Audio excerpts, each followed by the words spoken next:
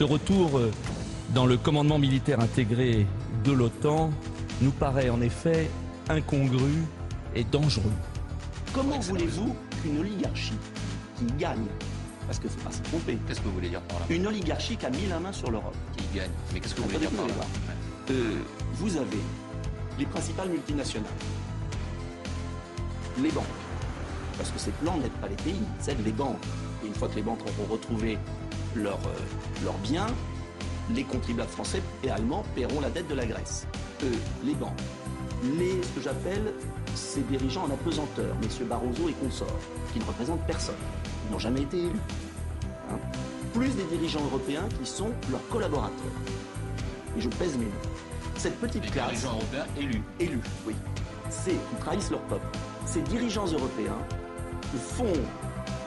obéissent à ces nouveaux maîtres du monde, qui essorent les peuples et qui font qu'aujourd'hui, l'Europe est le continent qui est en train de perdre pied dans la mondialisation. Parce que si ces gens nous préparaient à la mondialisation, s'ils investissaient dans l'avenir, s'ils préparaient la voiture électrique de demain, si l'Europe avait une capacité à aller vers l'avant, moi j'y serais favorable. Enfin, mais rien, zéro. Grave, en revanche, attendez, c'est oui. quand même assez grave ce que vous dites. En gros, vous accusez la classe politique élue et non élue d'une sorte de gang mafieux au service des banques et des marchés. J'accuse, et qui trahissent leur gravement. peuple. Je dis qu'aujourd'hui, ils trahissent leur peuple. Ce qu'ils n'ont pas pu faire par la conviction et par la démocratie, aujourd'hui, ils veulent le faire par la force.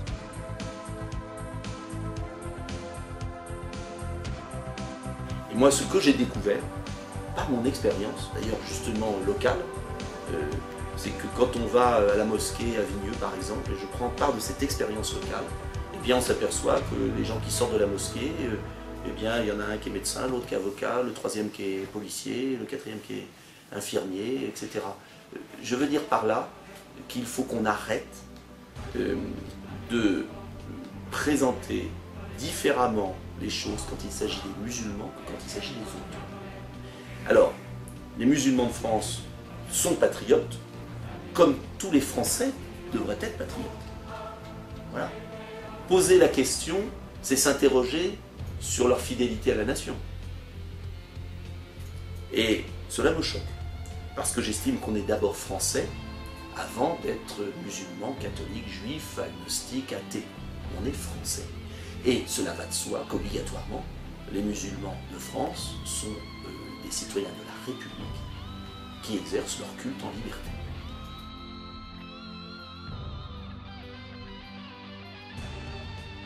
Cette usine, elle a été construite avec des fonds régionaux pour aider à l'implantation. Cette usine, elle travaille avec des heures supplémentaires. Là, on a vu des camions partir qui délocalisent des machines en Hongrie. Il y a eu 86 salariés licenciés. Et pourtant, on demande aux salariés qui restent de faire des heures supplémentaires le samedi et le soir. Et qui sont les donneurs d'ordre? 2 entreprises françaises, Peugeot et Renault. Ça veut dire qu'on est dans une hémorragie industrielle vers la Hongrie, c'est parfois vers la Roumanie, c'est parfois vers la Chine. Et que si on continue comme ça, il n'y aura plus d'activité industrielle en France. Comment on paiera la sécurité sociale? Comment on paiera les retraites? Là, il y a tout ce qu'il y a de plus scandaleux sur ce site. Mais malheureusement, il n'y a pas qu'ici, il y a partout en France.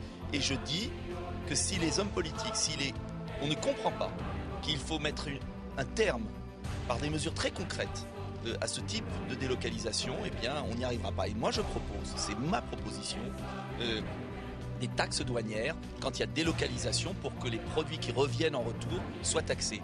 Je propose qu'on baisse l'impôt sur les sociétés pour les bénéfices réinvestis sur place. Les entreprises qui font des dividendes, qui pressent le citron, qui après jettent l'outil de travail, seront astreints à un impôt sur les sociétés plus fort. Quand en revanche l'entreprise investit sur le sol français, uniquement sur le sol français, il y aurait un bonus. En gros, je veux remettre un système de malus pour ceux qui délocalisent, un système de bonus pour ceux qui relocalisent. Moi, je sais pourquoi les Français lisent tous les jours. Bah oui. Mais vous Mais ils vont sur Internet, ils vont sur Internet, et heureusement qu'il y a Internet, parce que tous ces éditorialistes de bazar, On va y parler avec Vincent. tous ces éditorialistes de bazar, qui vivent ensemble, qui font toujours les mêmes articles, et qui sont totalement coupés des réalités, qui gagnent un argent fou, et qui croient connaître les Français, ils connaissent plus rien des Français. On va s'en débarrasser un jour. Enchaînez, Ariane. Enfin, on va y venir. Attendez, on va y venir. je vais vous dire, mais je me mélanchonise pas. Mais madame, venez avec moi un jour sur le terrain, venez voir les Français, allez voir les Français qui vivent, qui souffrent. Non, mais on vit pas dans Ça le même changera. monde. Mais on vit pas dans le même monde. Mais oui, monsieur Monsieur, Denisot. vous savez pas où je suis. Eh bien, donnez-nous votre salaire. Combien vous gagnez? Mais c'est moi qui le paye. Combien vous gagnez? Ça vous regarde pas. Donnez- hein, ça vous regarde pas. Dites-le aux Français. Combien vous gagnez? Vous n'oserez pas le dire. C'est moi qui vous paye. Ah. Et les Français, ils ne contribuent pas à votre échelle? Vous ne pouvez pas dire droit dans les yeux combien vous gagnez aux Français. Parce que c'est une somme tellement extravagante qu'à force de jouer les bons samaritains ici. Pas les bons samaritains. Non, dites combien vous gagnez aux Français. vous direz pas, Eh bien, vous voyez. direz. Ça veut dire que tous ces gens qui s'en mettent plein les poches, qui donnent des leçons à la terre entière, pas de leçons. et qui ne veulent pas voir, vous ne voulez pas voir la souffrance des Français. C'est facile. Oui, plein les poches. Donnez vos salaires. Donnez vos salaires. Donnez vos salaires. Je ne suis pas voleur. Mais osez dire votre salaire.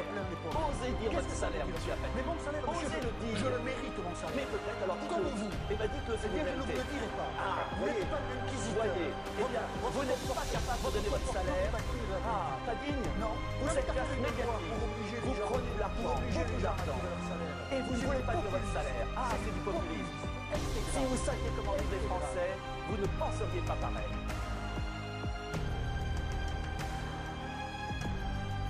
Aujourd'hui, nous sommes peut-être un peu plus petits que les autres, mais l'arbre est planté bien plus droit. Il est enraciné dans les profondeurs du pays. L'arbre de la liberté et du rassemblement des Français. L'arbre de la démocratie au service de l'intérêt général. Alors, oui, reprenez le pouvoir pour l'amour de la France. Vive la République, vive la France!